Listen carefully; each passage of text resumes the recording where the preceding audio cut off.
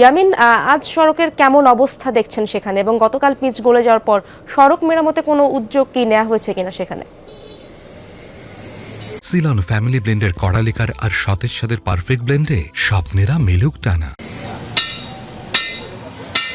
না, আমি যদি বলি আপনার প্রশ্নের শেষ অংশ থেকে আসতে চাই, সড়ক মেরামতের কোনো উদ্যোগ এখনো পর্যন্ত আমাদের চোখে পড়েনি। আমি সেই জায়গাটি একটু নিয়ে যেতে চাই, আপনাদেরকে আবার দেখাতে চাই। গতকালকে যে জায়গাটি আমরা দেখিয়েছিলাম সেই জায়গাটিতে পিচ বলতে শুরু করেছে। আমরা একটু সেই জায়গাটা দর্শকদেরকে দেখানোর জন্য চেষ্টা করছি। তাপমাত্রা সকালের দিকে খানিকটা মেঘাচ্ছন্ন ছিল আকাশ, বেলা বাড়ার সাথে সাথে আমরা দেখতে পাচ্ছি যে তাপমাত্রাও একেবারে ঠিক উঠতে শুরু করেছে।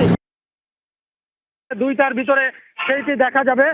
আর এছাড়া এখন আমরা যে জিনিসটি দেখাচ্ছি যে বলতে শুরু করছে। গতকালকে যেখানে আমরা দেখিয়েছিলাম যে প্রধান বাস টার্মিনাল এলাকা, এটা মহাসড়ক, এটি খুলনা বরিশাল মহাসড়ক, এবং সেই মহাসড়কটির বাস স্ট্যান্ড এলাকা, দশানি সার্কেট হাউস এলাকা, খানজাহান আলী মাজার এলাকা, এছাড়া মহাসড়কের বেশ কিছু জায়গাতে আমরা যতটুকু খোঁজ খবর নিয়েছি এ ধরনের পিচ গলার খবর আমরা পেয়েছি। এছাড়া এই এলাকাটি চিংড়ি অধ্যুষিত এলাকা এবং বড় মৌসুম চলে।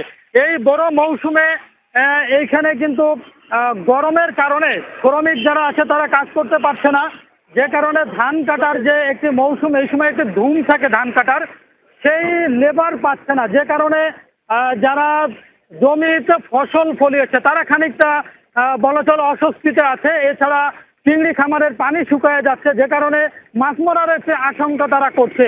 এছাড়া বন্য প্রাণী আছে এখানে, সুন্দরবন এলাকা, আমরা বন বিভাগের সাথে কথা বলেছি, তারা আসলে কি অবস্থা আছে সেখানকার সে বিষয়টি তারা আমাদেরকে নিশ্চিত করে জানাতে পারেনি। এই ছিল বাগেরহাটের তাপমাত্রার সর্বশেষ খবর। ইয়ামিন, আপনাকে অনেক ধন্যবাদ।